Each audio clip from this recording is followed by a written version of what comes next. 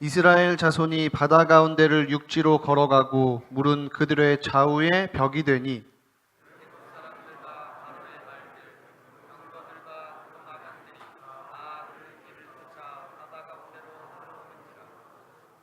아멘.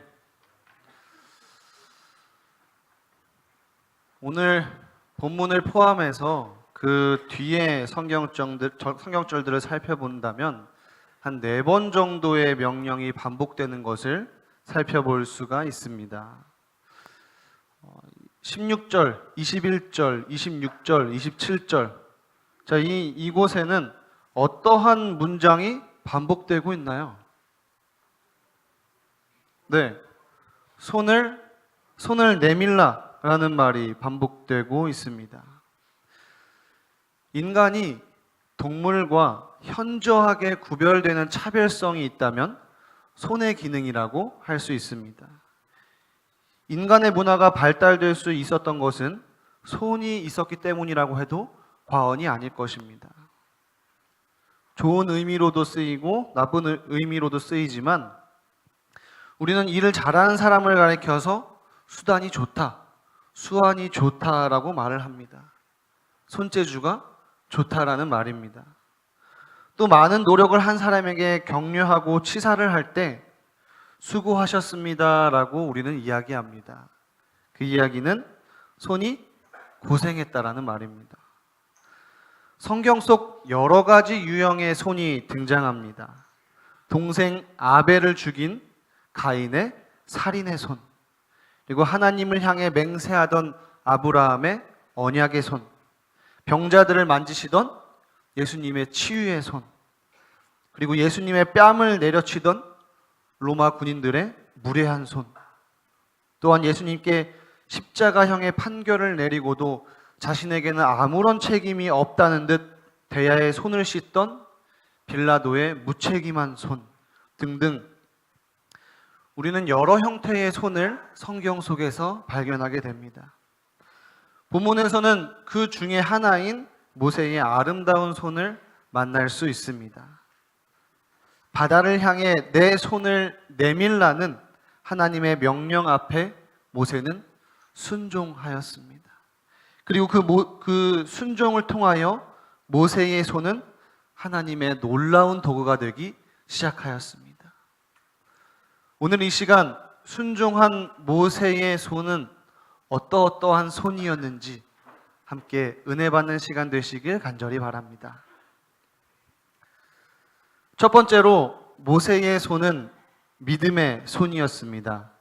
밑에 보이는 출애굽기 14장 16절 함께 읽도록 하겠습니다. 시작.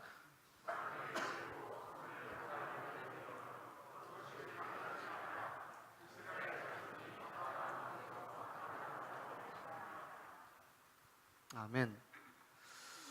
모세와 똑같은 상황에서 나에게 내 손을 내밀라, 그러면 그 바다가 갈라지리라 라고 말씀하신다면 제일 먼저 어떠한 생각이 드시겠습니까? 성도님들께서는 어떠한 생각이 드셨을 것 같은가요? 저 같으면 내밀었는데 안 갈라지면 어떡하지? 이런 걱정을 했을 것 같습니다. 혼자 있으면 실험이라도 해볼 수 있는데 많은 사람이 지켜보고 있었기 때문에 그러한 걱정을 했을 것 같습니다. 하지만 모세는 내 손을 내밀라는 하나님의 명령에, 그리고 하나님의 말씀을 믿었습니다. 그리고 하나님의 분명하신 계획이 있으시다는 것과 하나님께 대한 신뢰, 하나님의 말씀에 대한 신뢰가 있었기 때문에 모세는 손을 내밀 수 있었던 것이었습니다. 바다를 향해 내민 모세의 손은 믿음의 손이었습니다. 그렇다면 그 손이 바다를 가른 것인가요? 아니면 믿음이 그 바다를 가른 것인가요? 네, 아멘입니다. 믿음이 홍해 바다를 가른 것입니다. 히브리서 11장 29절에서는 그 상황을 이렇게 표현합니다. 믿음으로 저희가 홍해를 육지같이 건넜으나 애굽 사람들은 이것을 시험하다가 빠져 죽었으며. 모세와 이스라엘 백성들이 홍해 바다를 육지처럼 건널 수 있었던 것은 무엇 때문이었다고요? 네, 믿음 때문이었습니다. 그렇다면 여기서 믿음으로 건너갔다는 것은 구체적으로 어떠한 의미를 갖고 있는 것일까요? 한번 생각해 보도록 하겠습니다. 만약에 이스라엘 백성들이 홍해 바다 앞에 섰을 때에 바다여 갈라지라, 이러한 하나님의 음성이 들린 후에 홍해 바다가 갈라지고 모세가 그 후에 백성들을 데리고 그곳을 건너갔다면 그것은 믿음인가요? 믿음이 아닌가요? 네, 순서가 굉장히 중요합니다. 부조와 선지자 287페이지에서는 이렇게 표현합니다. 모세가 지팡이를 내밀자 바닷물이 갈라져서 이스라엘 백성들이 마른 육지 위를 걷는 것처럼 바다를 통과했다. 네, 하나님의 음성이 멈춰 있고 그 다음에 그들이 모세가 그 백성들을 데리고 건넜나요? 이 모세는 하나님의 명령을 통하여서 자신의 손을 먼저 내민 후에 이스라엘 백성들을 데리고 함께 건너게 된 것입니다. 홍해 바다는 물이 넘치고 있었습니다. 그런데 그 상황 속에서 하나님께서 뭐라고 말씀하시죠? 내 손을 내밀라. 손을 내미는 순간, 지팡이를 내미는 순간 바다는 갈라지게 되는 것입니다. 믿음을 통해 기적을 경험한 이스라엘 백성들은 홍해 바다를 건너게 됩니다. 22절에 이스라엘 자손이 바다 가운데 육지로 행하고 물은 그들의 좌우에 벽이 되니, 물이 올라가서 뭐가 됐다고요? 네, 물이 올라가서 벽이 되었습니다. 이 물벽 사이를 통과할 때 이스라엘 백성들은 어떠한 생각을 하면서 그곳을 지나갔을까요? 이스라엘 백성들은 그 물벽 사이를, 그 홍해 바다를 건너갈 때에 어떠한 생각을 하면서 그들은 건너갔을까요? 저 같은 경우엔 아직 믿음이 조금 부족해서 그런지 건너는 동안 이 물벽이 다시 합쳐지면 어떡하지? 라는 생각이, 걱정을 했을 때 싶습니다.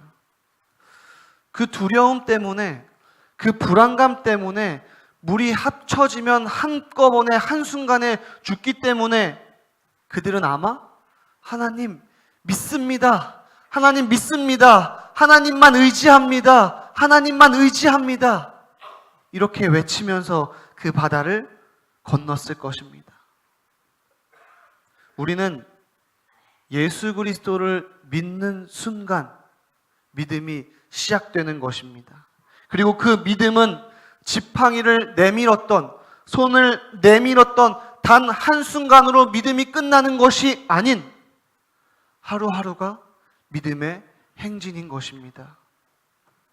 믿음에서 믿음으로 나아가는 것, 이것이 바로 그리스도인의 삶의 여정인 것입니다. 어제의 믿음과 오늘의 믿음, 그리고 오늘의 믿음과 내일의 믿음이 쌓이는 것입니다. 물이 넘실대는 홍해바다 앞에서 내민 모세의 손은 믿음의 손이었습니다. 이 세상의 홍해바다 앞에선 우리에게, 모세에게 주신 믿음의 손처럼 오늘날 우리에게도 믿음의 손을 허락하시길 간절히 바랍니다. 두 번째로 모세의 손은 은혜의 손이었습니다. 홍해바다를 가르기 위해 하나님이 꼭 모세를 사용하셔야만 했을까요? 하나님께서 직접 하실 수는 없으셨을까요? 하늘에서 손이 내려와서 홍해바다를 쫙 갈라놓는다면 우리는 하나님, 아멘, 할렐루야 이렇게 찬양하면 되는데 하나님은 그렇게 하지 않으시고 모세에게 손을 내밀라고 명령하셨습니다. 이것은 어떠한 메시지인가요? 모세를 통해서 일하시겠다라는 그러한 의미입니다.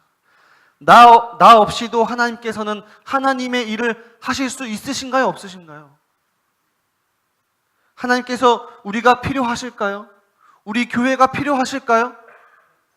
하나님께서는 나 없이도, 이 교회 없이도 얼마든지 하나님의 일을 하실 수 있으십니다.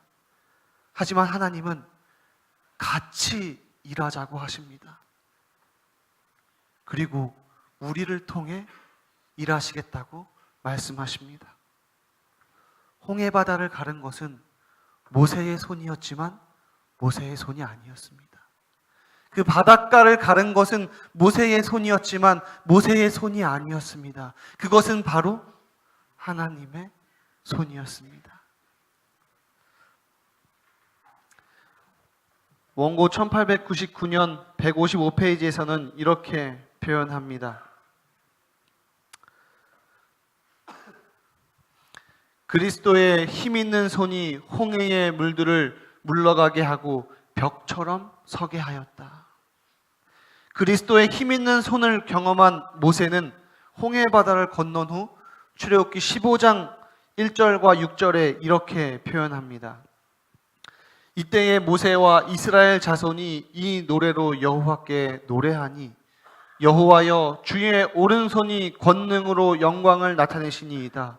여호와여 주의 오른손이 원수를 부르시니이다.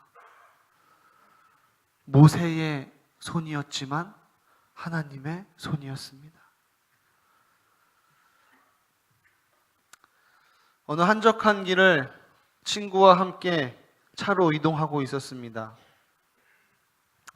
친구가 운전을 하고요. 저는 오른쪽에 보조석에 앉아 있었습니다.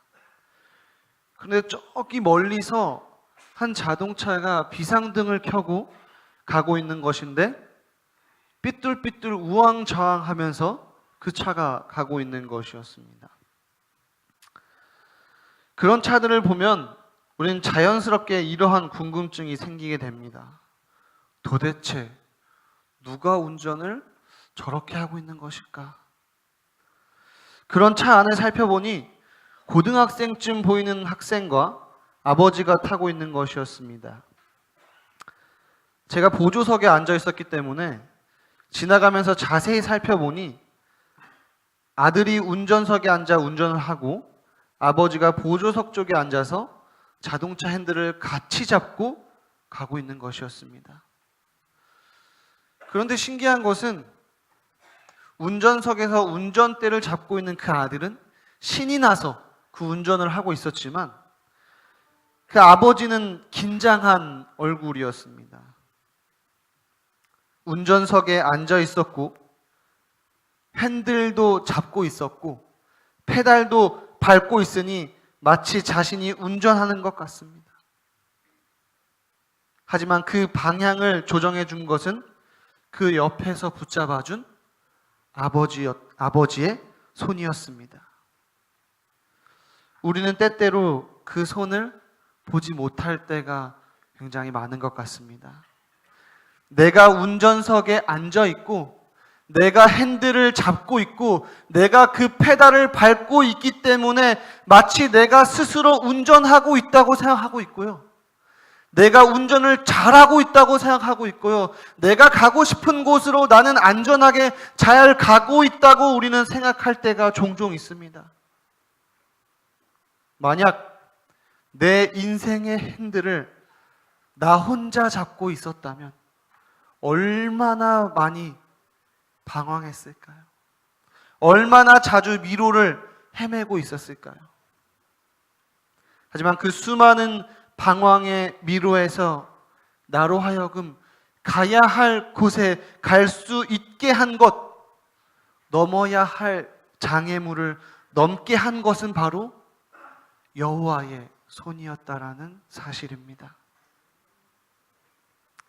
그렇기에 나는 다만 나의 연약한 손을 순종함으로 내밀 뿐 그곳에 역사하시는 하나님의 은혜를 그곳에 함께 하시는 하나님의 은혜의 손을 경험하시는 저와 여러분이 되시길 간절히 바랍니다.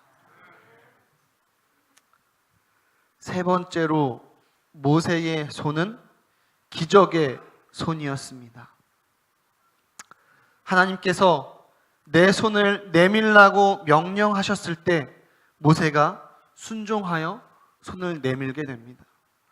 그리고 그 손을 내미는 순간 기적이 시작된 것입니다. 그런데 곰곰이 생각해 보면 한 가지 기적이 일어난 것이 아닙니다. 우리는 보통 물이 갈라진 것만 기적으로 생각할 경우가 있습니다. 근데 또 어떠한 것이 기적이었을까요? 출애굽기 14장 19절에 함께 읽도록 하겠습니다. 시작.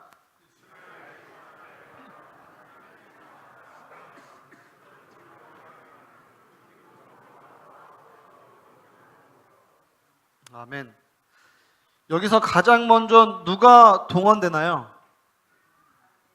네, 하나님의 사자가 동원되었습니다. 이스라엘 진 앞에서 지금까지 인도하시던 그 하나님의 사자가 그 백성들을 보호하기 위해서 뒤로 가게 된 것입니다.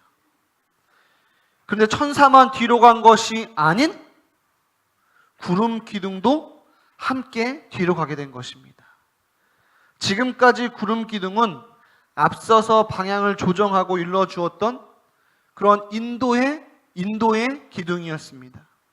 그런데 그 구름 기둥이 뒤로 가는 순간 애굽 군대의 추격을 차단하게 되는 보호의 기둥이 된 것입니다. 이스라엘 백성들을 하나님의 사자와 불기둥과 구름 기둥으로 인도하시던 하나님께서 오늘 우리의 삶 가운데 시시때때로 위험 앞에 직면할 때에 하나님의 인도하심과 동시에 보호하심이 함께 하신다라는 사실입니다. 출애굽기 14장 21절에서는 이렇게 이야기합니다. 모세가 바다 위로 손을 내어민데 여호와께서 큰 동풍으로 밤새도록 바닷물을 물러가게 하시니 물이 갈라져 바다가 마른 땅이 된지라. 여기서 두 가지 기적이 일어나게 됩니다. 어떠한 기적인가요? 우선 큰 동풍이 일어나게 됩니다. 어떤 사본에는 남풍으로 기록되어 있다고 주장하는 학자들도 있지만 재림교회 주석은 남동에서 북동까지, 다시 말해 일반적으로 동쪽 방향에서 불어오는 어떠한 바람에 해당된다고 재림교회 주석은 표현하고 있습니다. 그런데 여기서 큰 동풍뿐만 아니라 그냥 지나쳐서는 안 될 기적 하나가 더 있습니다. 이스라엘 백성들이 걸어가야 할 밑바닥이 무엇이 되었다고요? 네, 마른 땅이 되었습니다. 이것은 실로 엄청난 기적입니다. 물은 물러갔지만 밑바닥이 그대로 있었다면, 진흙탕 그대로 있었다면 그곳을 건너가기에 얼마나 불편했을까요? 가다가 진흙탕에 빠질 수도 있기도 하고요.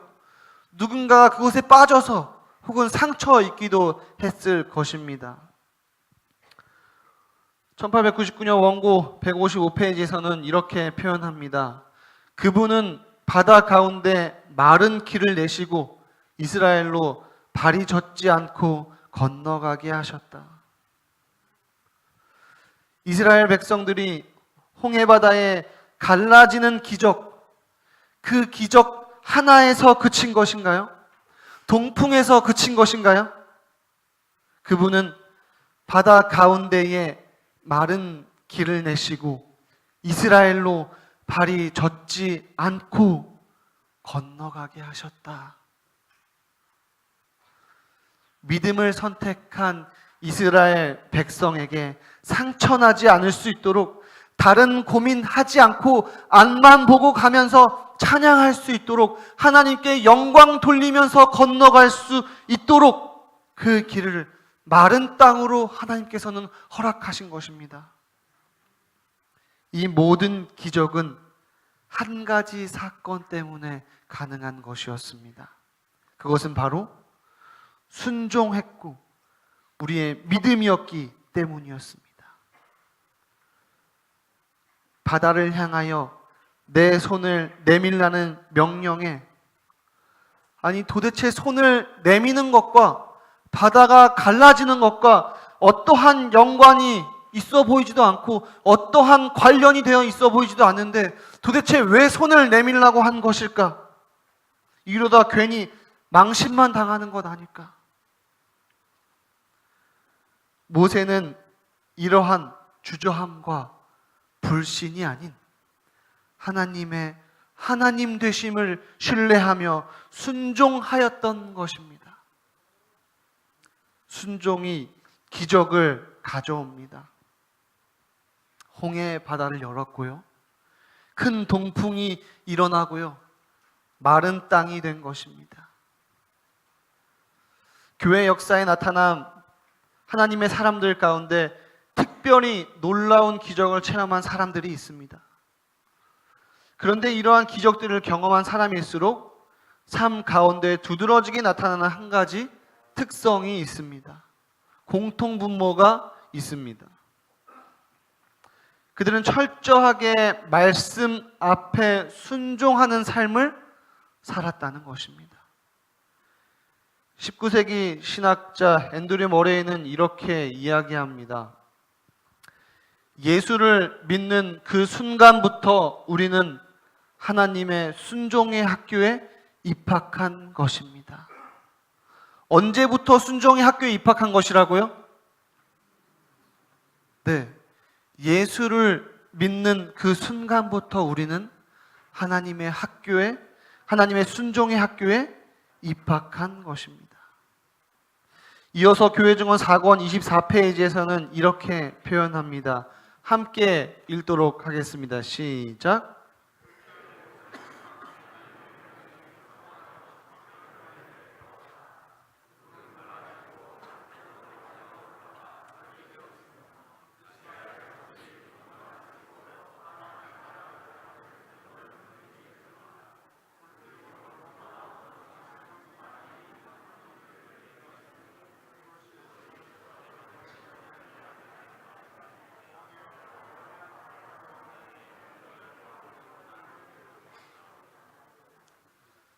그때 모세는 하나님의 명령에 순종하여 지팡이를 내뻗었다. 사랑하는 태교형교회 성도님 여러분, 내 손을 내밀라는 하나님의 명령 앞에 모세는 순종하게 됩니다. 모세의 손은 능력의 손이 아니었습니다. 모세의 손은 권능의 손이 아니었습니다. 모세의 손은 모든 것을 해결할 수 있는 그러한 어마어마한 손이 아니었습니다. 우리와 똑같은 연약한 손이었습니다. 하지만 연약한 그 손을 순종으로 내미는 그때에 하나님께서 그 손을 붙잡으시고 믿음의 손으로, 은혜의 손으로, 기적의 손으로 함께 하신 것입니다. 2018년 올 한 해 나는 하나님의 어떠한 손을 붙잡으셨습니까? 나의 손으로 할 수 없음을, 나의 능력으로 할 수 없음을, 나의 재주와 나의 방법으로 할 수 없음을 고백하시며 순종함으로 우리의 나약하고 연약한 손을 하나님께 내미실 수 있는 저와 여러분들이 되시길 간절히 바라며 말씀 마치겠습니다.